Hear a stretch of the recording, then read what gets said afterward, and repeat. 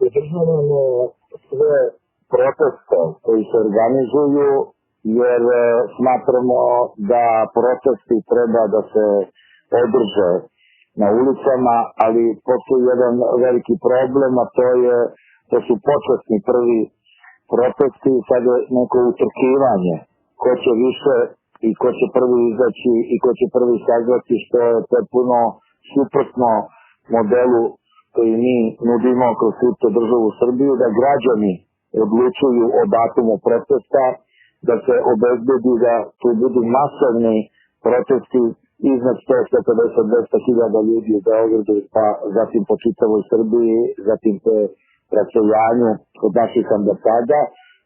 Vidimo da je počela uopšte neko nametanje, neka trka oko toga ko će da organizuje te proteste. To je jedna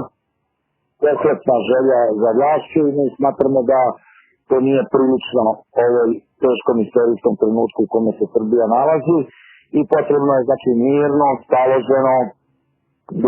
raditi na tome da građani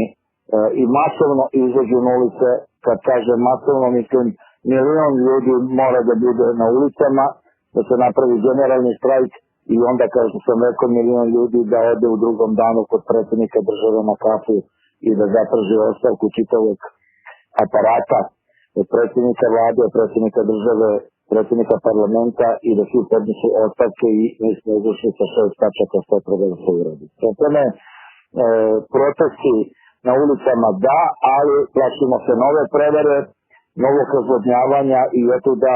sve vas kroz Kripto državu Srbiju molimo da se uključite i da vi svojim glasanjem odlučite datum protesta i svojom osvježušću pokažete da to je jedan ozbiljan istorijski trenutak koji traži smenu sadašnje vlasti.